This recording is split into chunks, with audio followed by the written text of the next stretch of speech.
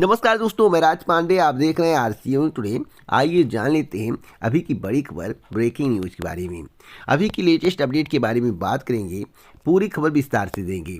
सच को सच कहेंगे, झूठ को झूठ कहेंगे, ना पक्ष ना विपक्ष, ओनली निष्पक्ष। आज की पहली बड़ी खबर खान सर को लेकर है, लेकिन वीडियो को पूरा देखने के पहले वीडियो को लाइक शेयर जरूर कर दें। अगर आपने अभी तक चैनल को सब्सक्राइब नहीं किया है, अगर आप इसी प्रकार की ऑथेंटिक जानकारी प्रतिदिन चाहते हैं तो चैनल को सब्सक्राइब कर लें, बेल आइकन दबा दें, ऑल पर सेलेक्ट कर दें, जिससे हमारी वीडियो का नोटिफिकेशन आप तक सबसे पहले पहुँच जाए, वीडियो को आप सबसे पहले देख पाए। पहली खबर मैं आपको दे दूं, खान सर को लेकर है। खान कोचिंग सहित अन्य कोचिंग संस्थान पर दर्ज मुकदमे वापस लिए जाएंगे। जेडीयू राष्ट्रीय अध्यक्ष। आपको बता दें ऐसा निर्णय क्यों लिया गया। जेडीयू और बीजेपी गठबंधन सरकार है। ऐसा नहीं है कि पूर्ण बहुमत बीजेपी है। अगर पूर्ण बहुमत बीजेपी होती तो केस वापस नहीं लिए जाते। उत्तर प्रदेश में भी यही हरकत प्रशासन के द्वारा की गई, लाठीचार्ज किया गया, केस दर्ज किया गया। क्या उत्तर प्रदेश सरकार केस वापस लेगी? सवाल सभी को पूछना चाहिए और सरकार को इसके संबंध में जवाब देना चाहिए।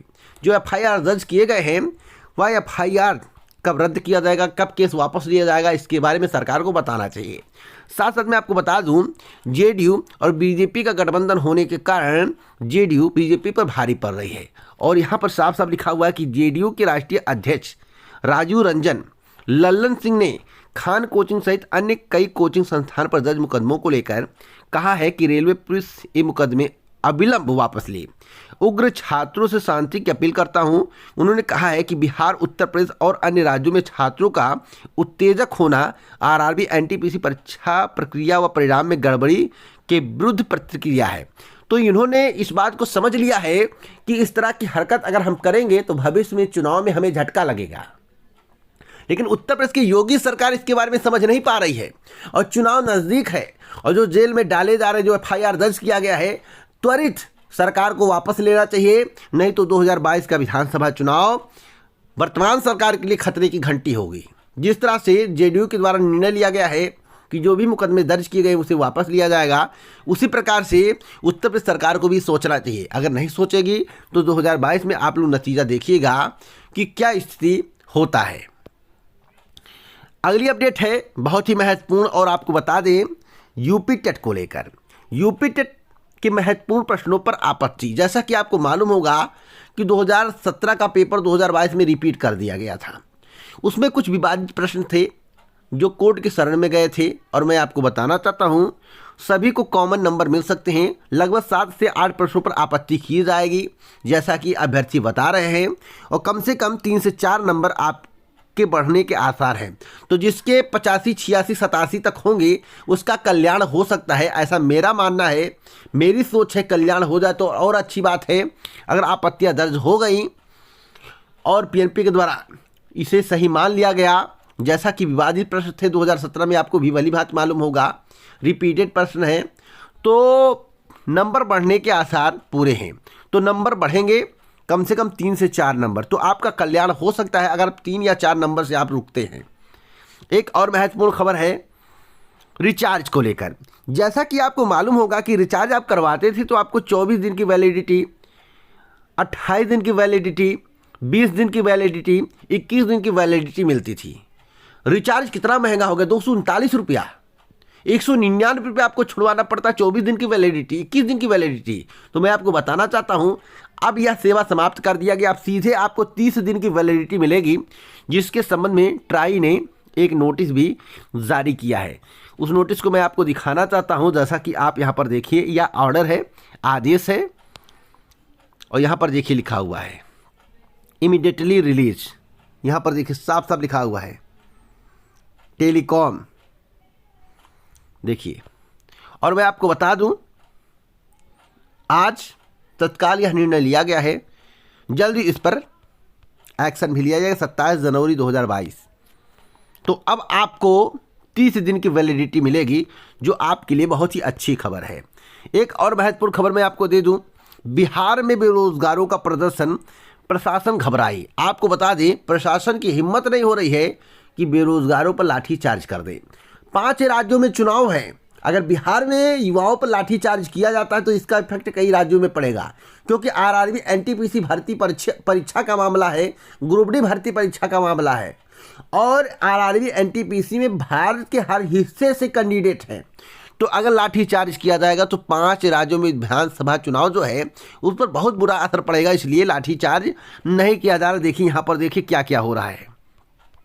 बिहार में भारी जंग जारी, बवाल और बंद, छात्र कर रहे हैं प्रदर्शन, मिल रहा है सियासी समर्थन।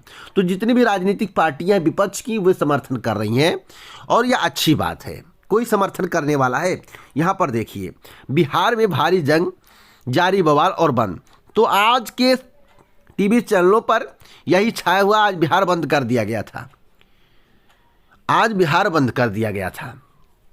तो आपके लिए अच्छी खबर है कि प्रशासन सोच रहा है अगर हम लाठीचार्ज करेंगे तो हमारी भी किरकिरी होगी, और सरकार भी सोच रही है कि अगर लाठीचार्ज करवाएंगे या कोई मैटर होता है तो कल को सत्ता में नहीं आ पाएंगे। और युवा की ताकत को सरकार को समझना चाहिए। अगर सरकार इसके बारे में समझेगी नहीं तो भविष्य में सत्ता में आने वाले नहीं हैं। अगर आज ही समझ जाएंगे तो हो सकता है 2-4 सीटें बढ़ जाए, नहीं तो कई गुना सीटें घटने वाली है। यह भी आपको 2022 के विधानसभा चुनाव में देखने को मिल जाएगा।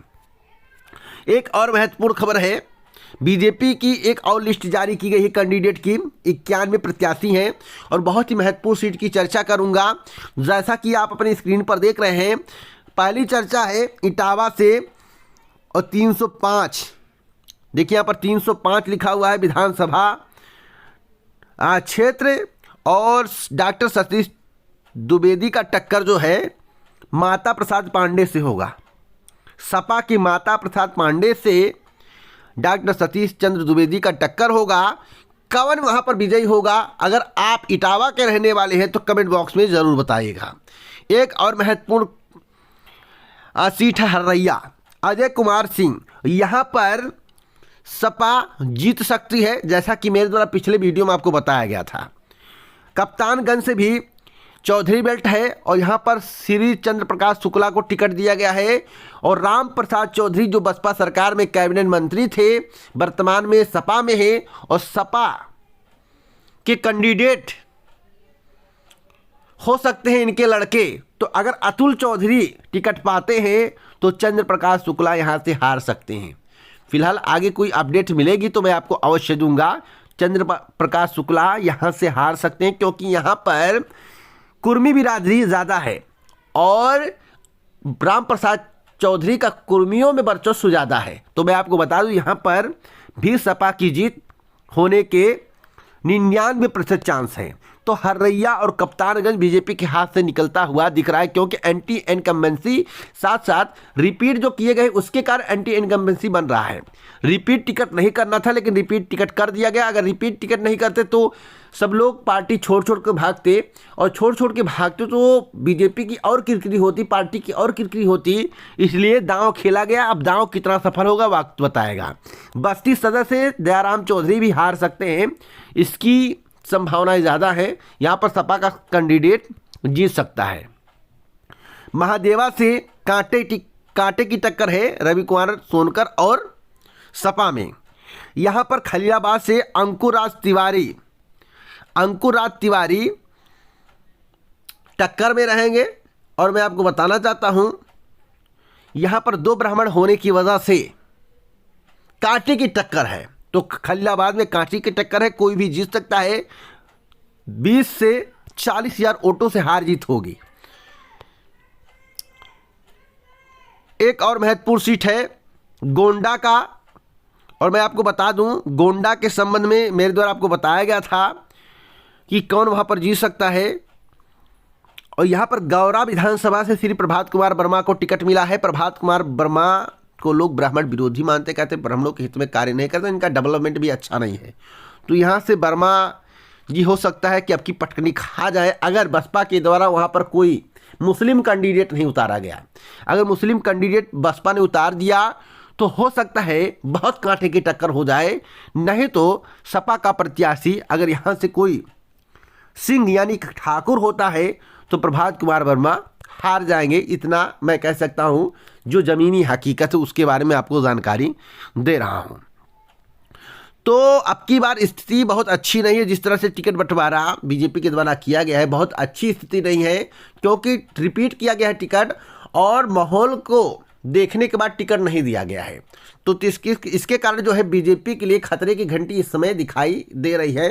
फिलहाल आगे कोई अपडेट मिलती है तो इस चैनल के माध्यम से आपको दी जाएगी। इसी प्रकार की ऑथेंटिक जानकारी के लिए अभी चैनल को सब्सक्राइब करें, बेल आइकन में ऑल पर सेलेक्ट करें। जय हिंद, जय भारत, नमस्कार।